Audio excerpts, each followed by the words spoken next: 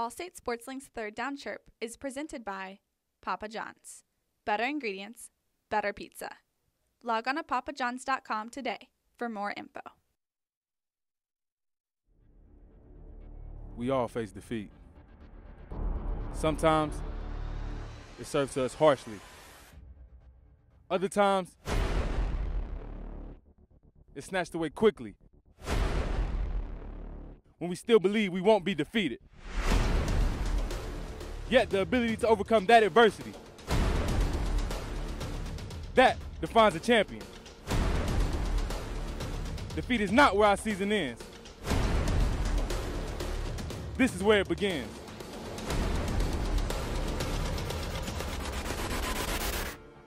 One team, one mission.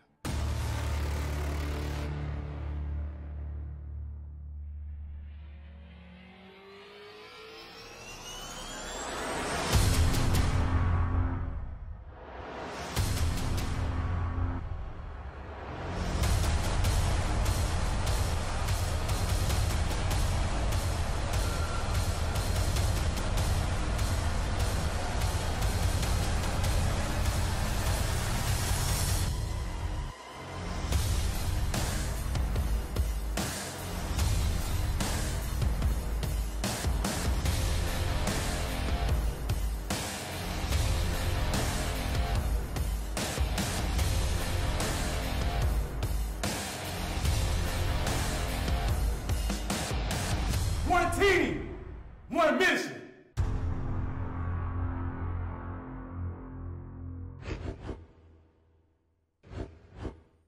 Over 15,000 Ball State fans packed Schumann Stadium Saturday afternoon, what made for a great environment on family weekend. Unfortunately, the 15,000 Ball State fans go home in disappointment. Hello, everybody. Welcome back to another episode of Third Down Chirp, delivered by Papa John's. I'm your host, Luke Martin, alongside my buddies, as always, Tyler Bradfield, Connor Onion. Guys, I swear this is a new show. It's a new script. We got new things to talk about, but we begin the show exactly the same way like we did a week ago against Iowa. Another fourth quarter dramatic game does not go the Cardinals' way. Unfortunately, a very similar storyline for the Cardinals. A great atmosphere, 15,000 strong family weekend.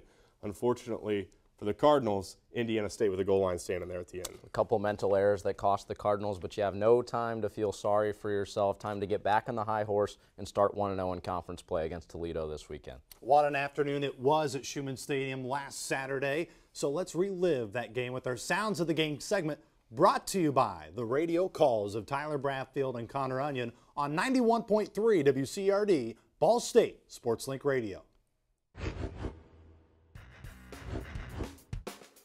The Cardinals return home following a near upset victory over Iowa last weekend with the sophomores from Indiana State in town. As Highland spins it deep and is taken out to 6, 10 to the 15-20, down the numbers to the 30, Eagles to the sideline 35, the race down to the 40 of Indiana State before he's wrestled down. Eric Patterson with a heck of a return to start the Cardinals drive. First and goal to go for the Cardinals. Snaps to Austin Man, gives it left side, and Edwards off the tackle with the team as he marches into the knee of the Cardinals strike end zone. And from the shotgun, Mark got his declaration, takes the snap around the knee, back to pass, pops his arm, throws for the end zone. A leaping two-handed catch is made by Hall on the Ball State sideline. And it's a touchdown for the Cardinals. Harris back to pass, guns it long down the left side of the field, and into the end zone for an Indiana State touchdown. He threw it short, but wrapping his way back with A.J. Johnson. Harris drops under center, takes the snap, turns to his left play action, rolls to his right to pass, finds two-handed catch made, and turning it into the end zone with the fullback of Indiana State for a Sycamore touchdown. Isaac Beverstock. Snap by the shot here, James goes down, right to the kick is on the way line. He scored a split the upright just in front of the end zone. Scott Secor has tied the game at 20 between Indiana State and Ball State.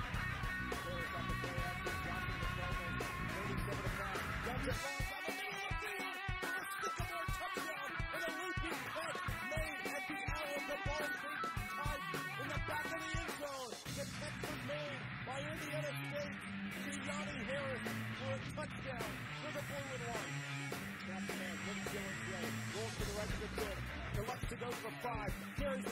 2 is taken down with 11 seconds to go. The clock continues to roll. Now have to immediately stop the ball. They're waiting on the officials to get in play. The clock to 3 seconds, to 2 seconds. The officials stop the ball, and the game is over. Indiana State has won. Utter disbelief in the stadium. Utter disbelief in this press box.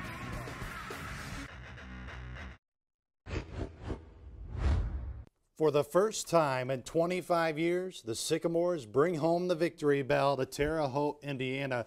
Tyler and Connor, quickly, statistically, when you look at the screen, what stood out to you? Statistically, it's on the right half of that graphic, and it's Juwan Edwards, 75 yards off of 20 carries and a touchdown. The running attack is the strongest point for Ball State, and those numbers weren't that staggering. Well, this goes beyond the box score. Coach Limbo talks about situational awareness all the time. Let me take you back to Indiana State's game-winning drive on offense. It was 3rd and 19. They gained 18 yards, keep the offense on the field for 4th and 1. They convert. 2 plays later, Mike Parrish scores the game-winning touchdown pass to Keani Harris, and that puts your offense in a difficult situation with 4 minutes to play. As anyone could imagine, this was not the result the Cardinals were looking for, and Coach Limbo addressed that following the game.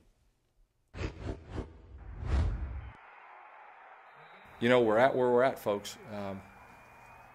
Nobody's happy, disappointed, but this is where we're at. There's going to be very little margin for error. We're going to be in a lot of close games, and you know, mistakes are going to get magnified. This will be a great test for these guys. It really will.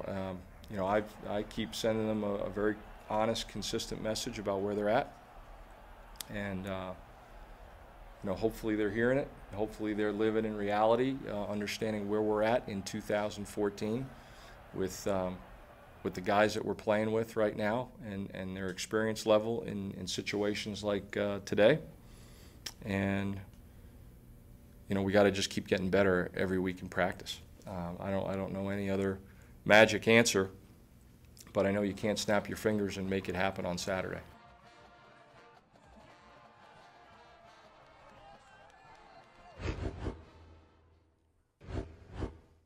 Guys, it's easy just seeing the emotion on Pete Limbo's face in the press conference. This is not the result they wanted. Nobody's happy about it. We just heard Coach Limbo say that. So let's dive into our opening drive.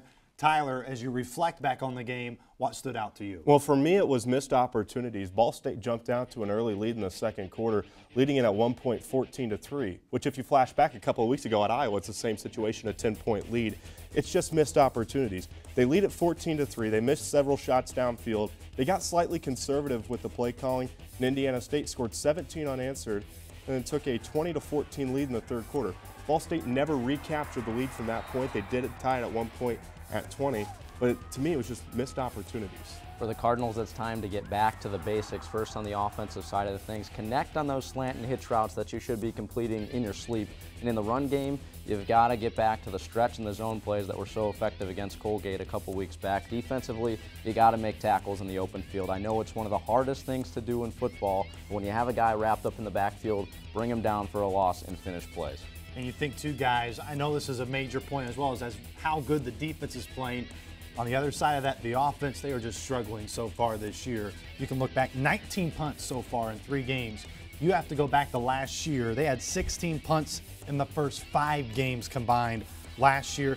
And also, this is the first time Ball State has been held to 20 points or less in back-to-back games since Coach Limbo's first year in 2011. And a big part of that is lack of success on first and second down, putting you in third and longs. And Ball State in the past 2 games, 12 for 37 on third downs. That's around 36%. That's not what you want when you're trying to win a game, especially against Indiana State, a much improved team.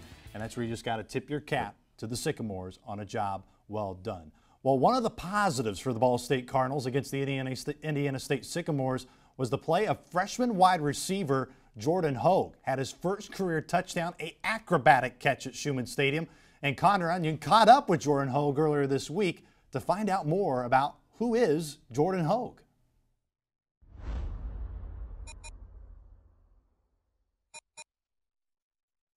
Jordan Hogue, I play receiver. I'm a freshman. I'm from Fort Wayne, Indiana. It was really unbelievable. You know, I didn't even really know how to celebrate, and it was just a good feeling. You know, finally get the first one, and I felt like it was just unbelievable. I felt like the atmosphere and the coaching staff was great for me, and you know, coming in and them losing a couple receivers, you know, I felt like I could come in and compete and play for some playing time, and it proved to be the right decision.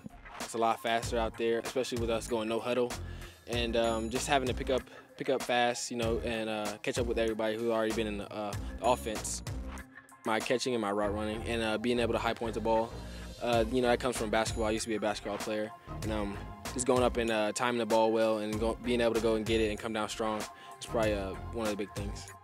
Running just comes with, you know, watching the people in front of me with Kevon and Jordan. As a young guy, you know, they taught me lots of things, just how the coaches coach and everything, and the different routes and how I need to act on the field and everything. And they've been a big help, really, sort of like some big brothers to me, and I really appreciate that from them.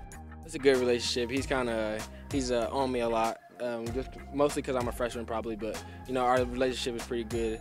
He tells me when I do something wrong, and he also congratulates me when I do something right. You know, I think he's a great coach, and I'm looking forward to the future. During the week, you know, I look over the plays, we get our script, and what we're going to do during the week to prepare for Toledo, and also, you know, watch a lot of film on Toledo and the defense and the DBs especially, to see what they do and what they're good at and what they're bad at. 2 games that we lost, we had it, and we just didn't finish, and it's going to take a couple plays there that we had the game, and it's just going to be finishing. Help our team win the MAC championship, which is the ultimate goal for the team, as well as our receiving group. And you know, we feel like we could, if once we hit our peak, we're going to be able to contend with anybody.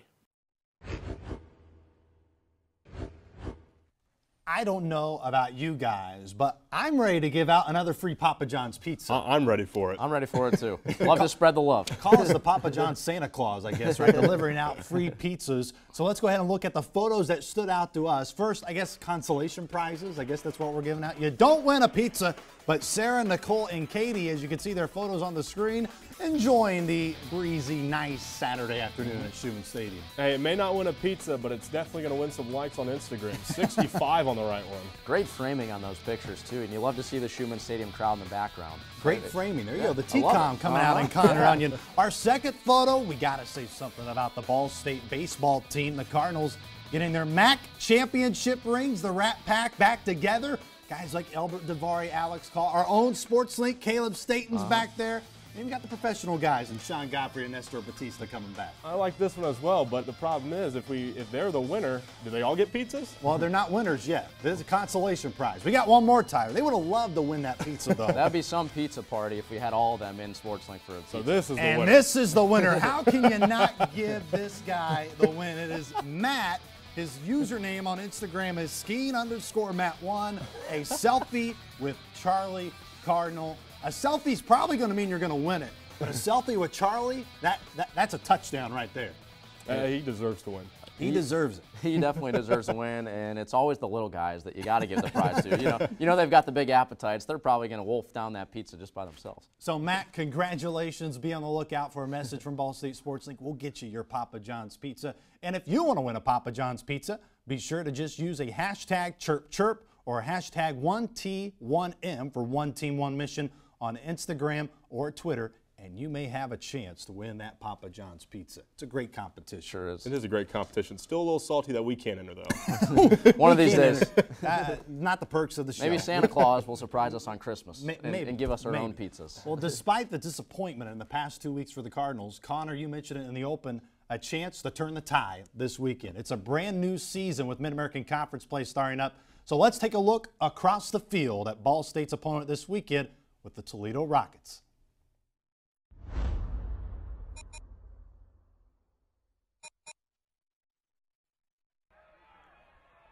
Well, I think it's all about what's your program goals, and our program goals, number one, are have an opportunity to put ourselves in position to go win a MAC championship, and that's priority number one. And you know, we know one what Ball State has done. We know two that it's a MAC West football game, and number three, you know, I think we look really forward to getting back home in the Glass Bowl. I think all those things are really important as we look back into this week. First off, we got to have a really good week of practice. We got to take each day. Like tomorrow will be a big day. Tuesday practice. We got to, take it one day at a time. So, I think a good week of practice will lead to, results on the field on Saturday.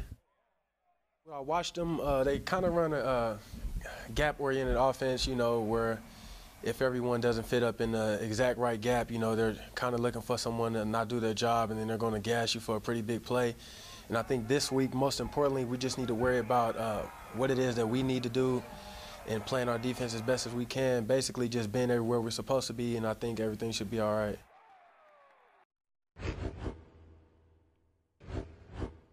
Let's get more on the Toledo perspective of the big Saturday night primetime game between the Ball State Cardinals and the Toledo Rockets by welcoming in the voice of the Rockets on the Third Down Chirp hotline phone line, Mark Beyer. Mark, first and foremost, thank you so much for taking time to join us here on Third Down Chirp.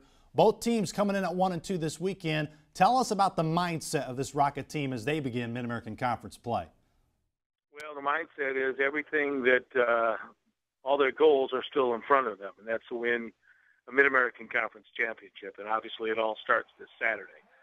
We can talk all we want as far as the non-conference games are concerned, and obviously you want to win them all, but things didn't go the way Toledo would like them to. I think they're regrouping this week, and all their focus is on. Mark, how has the transition gone at quarterback for the Rockets? They, of course, graduate last year Terrence Owens, who is one of the better quarterbacks the MAC had to offer. Then Philip Ely, their starter, goes down early on here in the season. And now they brought in Logan Woodside. How has that transition gone? That's a great question. Philip Ely, the transfer from Alabama, looked like he was really going to be something special. Had a terrific game in the opener against New Hampshire. Struggled a little bit against Missouri, then, of course, went down with the knee injury, and he is out for the season. But Logan Woodside did see some action last year as a true freshman.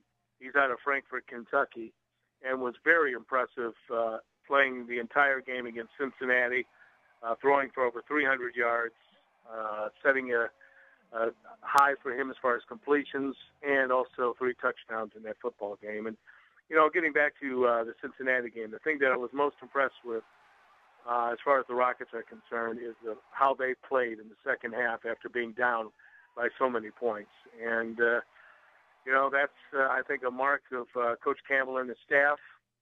This is a senior-laden team, especially on the offense, and I anticipate they're going to bounce back this week.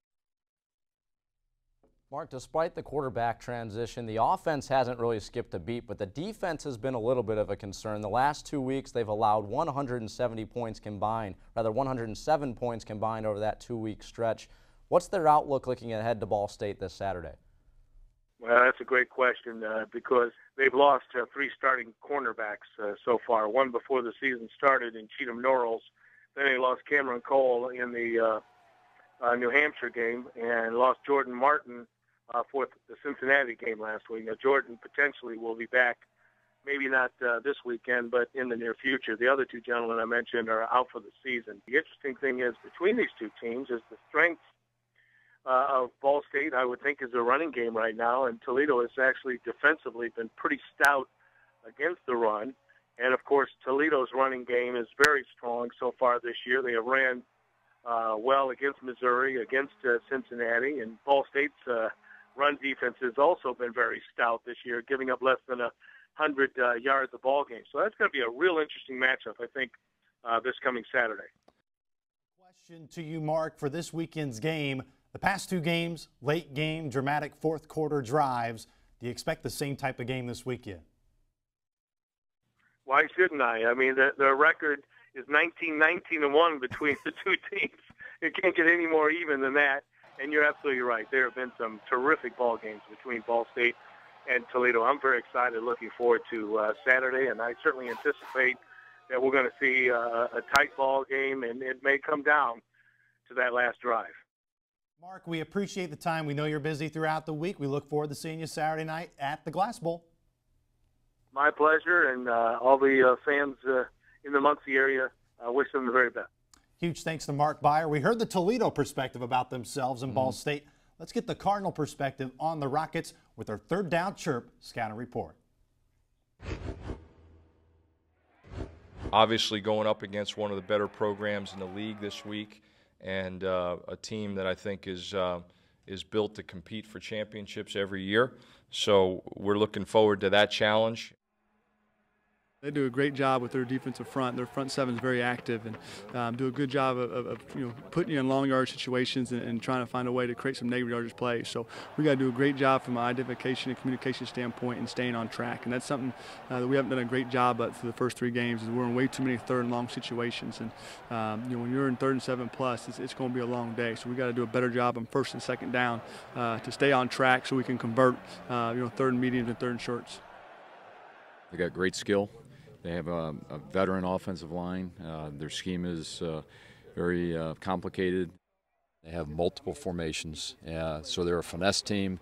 There's some formations where they're a power team, so you're not sure what you're going to get from play to play. And then they have an up-tempo style as well. So there's a lot of things happening at the same time, so we got to be real sharp with communication and what we're doing. And it's going to be a space game. They have very good athletes, and they spread you out. So we're going to have to do well as far as tackling in space and knocking some balls down when they throw it up in the air. I think the past games, it's been missed assignments, so it's really been our eyes. I think we had like 9 missed tackles, so definitely wrapping up. We practiced that today, and so I would say tackling our eyes mostly. We did some positive things, and then we did some negative things. And the thing that we have to do is be more consistent. It just happens to be a conference game. It's Toledo. And like I said, I think our players, they want to get back on the field after the sour taste they have in their mouth after last week, and I'm confident they'll be ready to go. There's no question that one of your goals is always to win the Mid-American Conference, and that's something that our kids strive for. But Toledo happens to be our opener, which we're excited about, and there's a great tradition between Ball State and Toledo, and I think our kids know that. And the last couple of years, they've been football games that went a full 60 minutes. So we're prepared to do that again. I go back to what you do every day, and we don't talk a lot about the scoreboard every day. We don't talk a lot about what our record is every day. We don't spend any time worrying about what Rick says. We don't do that stuff. We focus on ourselves and trying to get better.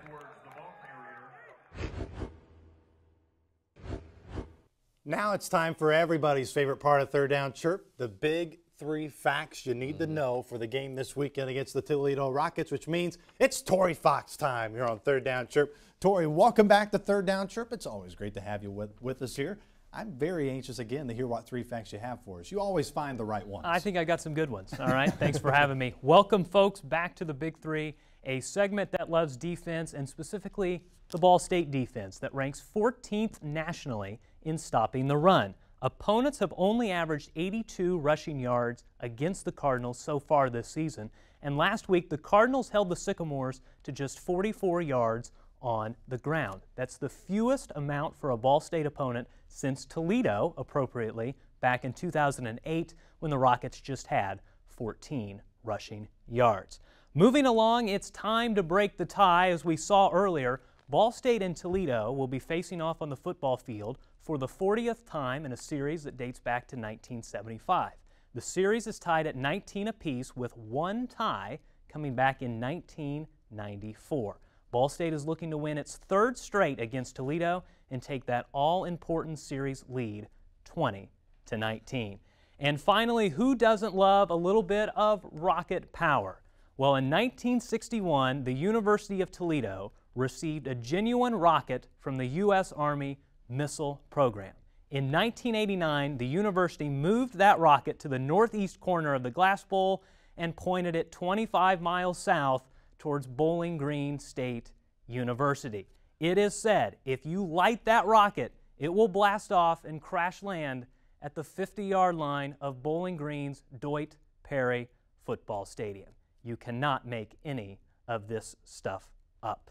All right, so guys, if you go to Toledo on Saturday, please know, if you light that rocket, you could potentially start a civil war in the state of Ohio. So please, be very careful. Mid-American Conference rivalries, ladies and gentlemen. Friendly MAC rivalries. All right, guys, we're running out of time. Your X factor for the game Saturday night, Tyler. Well, for me, you heard Mark Byers say it, and the strength of the Toledo defense is in stopping the run. Therefore, I'm going to go on the offensive side with the wide receivers, shots available downfield, the connection between Ozzie Mann and Chris Schillings. Schillings is my X factor. I'm looking at the special teams unit, Scott Secor in particular. The last 2 seasons when these 2 teams have squared off, it's come down to the last few possessions of the game. On Saturday, very well could be the same. It could come down to the right leg of Scott Secor. It's going to come down to defense. Defense wins championships. Zach Ryan for me. So far this year, 15 total tackles, 1 tackle for loss.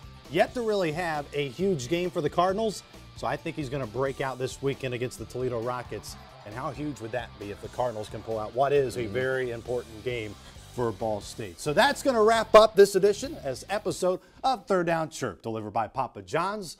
Be sure to follow Ball State Sports Link on all social media accounts. Facebook, Twitter, the Insta, as Torey Fox would say. Instagram, just search Ball State Sports Link. So for everybody a part of Third Down Chirp, our director for the show this week, Alex Seitz, for Torey Fox, Tyler Bradfield, Connor Onion, I am Luke Martin saying so long from the WIPB studios here in Muncie, Indiana. Go Cardinals, beat the Rockets.